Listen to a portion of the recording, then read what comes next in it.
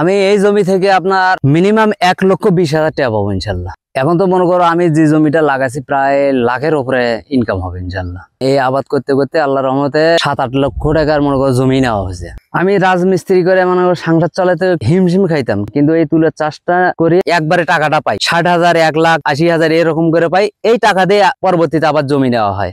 বাড়ি করছি, ওয়ালাফ বাড়ি করা হয়েছে ইনশাল্লাহ, জমি কিনা আছে। এখন তো মনে করো আমি যে জমিটা লাগাইছি প্রায় লাখের উপরে ইনকাম হবে ইনশাল্লাহ। আমার নাম মোহাম্মদ জামিরুল হক, আমার গ্রাম সুলতানপুর বারাইপাড়া। আমি একজন কৃষক, আমি তুলা চাষ করি। তুলা চাষত আল্লাহর রহমতে মোটামুটি ভালো ইনকাম হয়। তুলার বীজ দিয়ে তেল হয়, খোল হয়। খোল হলে গরুর খাবারও হয়, বা তেলগুলো মানুষের খাওয়ার উপযোগী, মানুষও খায়। আর এই তুলার আঁশগুলো দিয়ে সুতা তৈরি হয়, আঁশগুলো কিনে নিয়ে সুতা তৈরি করে এগুলো দিয়ে কাপড় তৈরি হয়। আমি এর আগে বোর্ডিং মিস্ত্রির কাজ করি। আগে তো প্রত্যেকদিন মানুষের কাজ কাম করা লাগছে, এই যে আবাদপাতি গুলো করতেছি। তুলা চাষ করে মোটামুটি লাভবান হচ্ছে।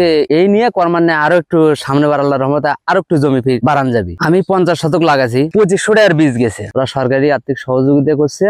আপনার সার সহ মোটে 8,000 টাকার প্রণোদনা পাইছি। নিড়ানি তেমন একটা দেওয়া লাগে না। আগাছা হইলে পর্যন্ত স্প্রে করলে আগাছা দমন হয়ে যায়। তারপরে সার দিয়ে মাটি উল্টে কাটলে ওই ঘাস আর একটাও হবে না। 14 দিন 15 দিন পর পর স্প্রে দেওয়া লাগে। জেসি ডেভিডের জন্য এই স্প্রেটা করা লাগে। এই 14-15 দিন পর পর স্প্রেটা করি। গাছের বলটা যে হয় সর্বনিম্ন 40টা থাকে, 50, 60, 80, 90, 100 পর্যন্ত বল হয় একটা করে গাছ। এই ডালগুলো আছে না, এলে তো আপনার মনে হয় 4টে করে বল হবে। এই যে এখানে মনে করেন 3টা অলরেডি আসছে, আরো একটু বাইরে যাবে। মানে জমিতে তুলো ফাটিয়ে এখানে রোদে শুকে যাবে। বাইরে যাই একটু হালকা একটু রোদ দেবো, ওখান থেকে আমরা প্যাক করে অফিসে পলাশবাড়ি নিয়ে যাই। পলাশবাড়ি অফিস ইউনিট অফিস আছে, ইউনিট অফিসে আমরা বিক্রি করি। তুলার কেজি 100 টাকা করে দেয়, 4,000 টাকা মন। এই তুলা দিয়ে আপনার সুতা তৈরি হয়, কাপড় চোপড় তৈরি হয়। তুলা অফিসার আছে, অফিসার তারপরে আপনার ফিল্ডম্যান আছে। ওনারা আসে গ্রামে গ্রামে আসে ঘুরছে, ঘুরে দেখে এই জায়গাটা তুলার উপযোগী, তুলা চাষের উপযোগী, মানে ভিটে মাটি, এই জায়গায় তুলার ফলন ভালো হবে। বললো বলে ভাই একটা বার লাগিয়ে দেখেন, যদি আপনার লাভ হয় তাহলে আপনারা করবেন, না হলে করবেন না। যাই হোক, তুলা লাগাইছি মোটামুটি 1 বিঘা জমির থেকে সর্বনিম্ন 60,000 টাকা আসে। আমি রাজমিস্ত্রি করে মানে